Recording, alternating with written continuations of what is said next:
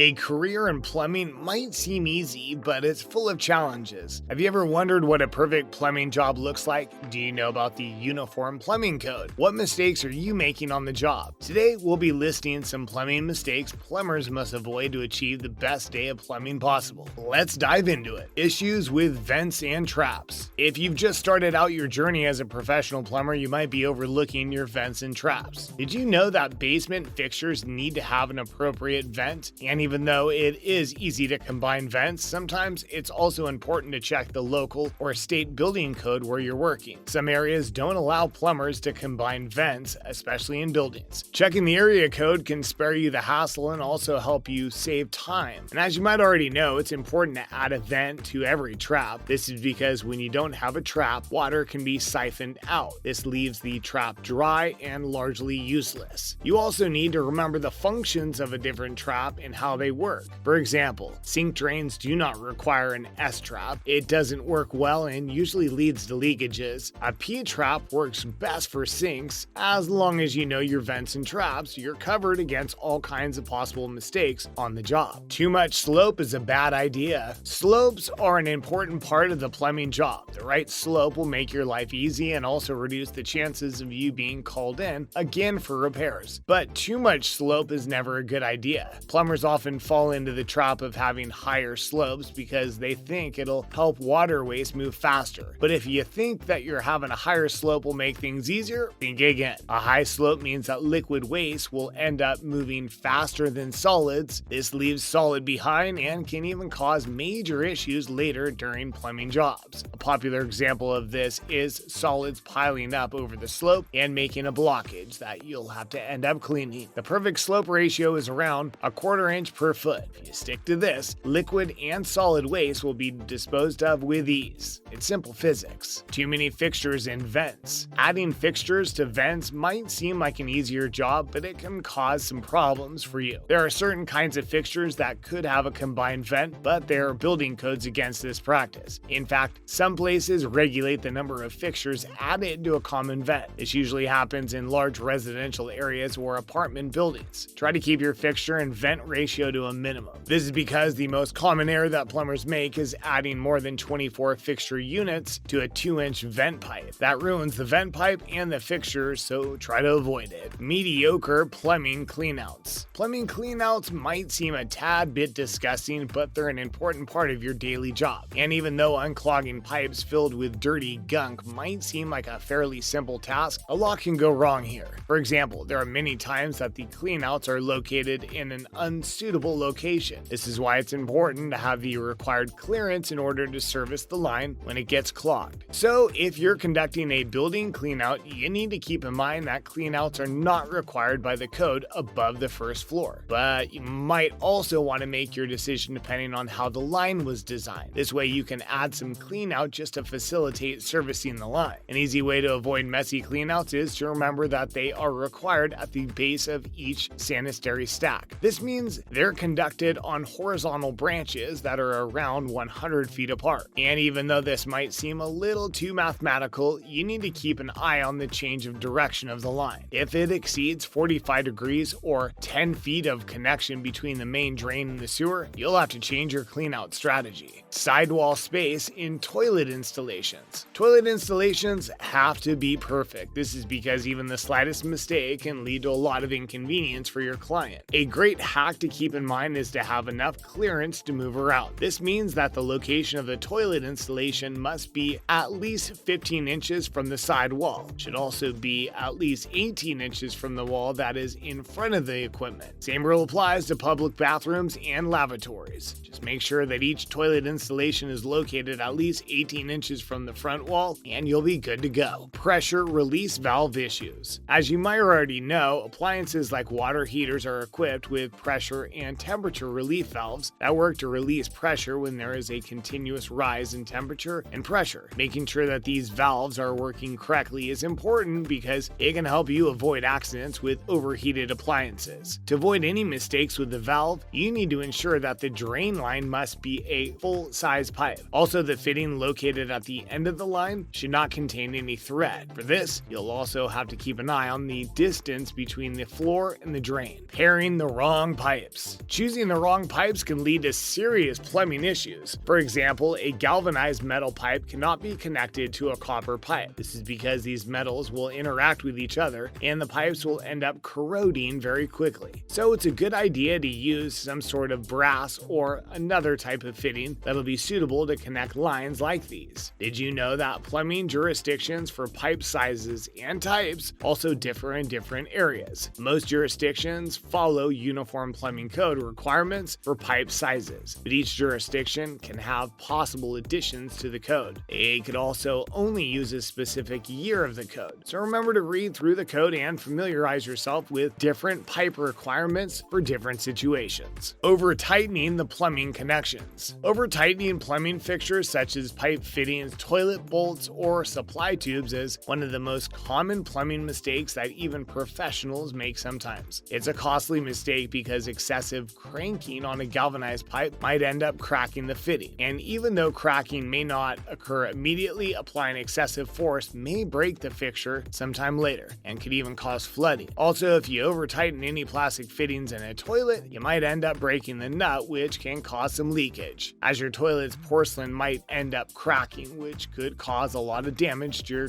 client's toilet. So remember, put just the right amount of pressure. Using Teflon tape correctly. One of the first things you learn to use as a plumber is Teflon tape. This is also known as PTFE tape. It is important to wrap Teflon tape clockwise around threads to make it work efficiently. So if you make the mistake of wrapping it backwards, the tape will probably unwind itself when you're tightening a fixture. It'll also not seal the fitting properly, so you're going to end up wasting a ton of expensive tape. Great tip for taping properly is to wrap the tape around the fixture's threads 3 times. This means that the final wrap should be facing left while you're screwing the fixture into place. If the last wrap ends up facing your right, you should probably stop screwing and wrap the fixture again. Not stocking up on necessary spare parts. When you're on the job, it's important to have all kinds of spare parts on you because you never know what you might end up requiring. For example, if you're fixing some drain lines, you might have to disassemble any metallic arm or P-trap. For this, it's important that you have sufficient rubber gaskets so that you can replace any disassembled gaskets in the lines. If you're looking to recycle some parts, you can even reuse beveled washers that are found in PVC arms and traps. Ensuring that you have some spares is important because you might come across a damaged or loose washer or while working on any plumbing fixture. Sweating a wet copper pipe. A common mistake to make when you're on the job is to sweat copper pipes that have water near them. It's important to remember that copper fittings and pipes must be dry before any attempt to sweat them. In case there's water near the area you're working on, you'll damage the pipe and also make the joint leak. An easy way to avoid this is to heat the water using a torch with the aim of making it evaporate. Don't try to solder it because steam will only create pinholes as you solder.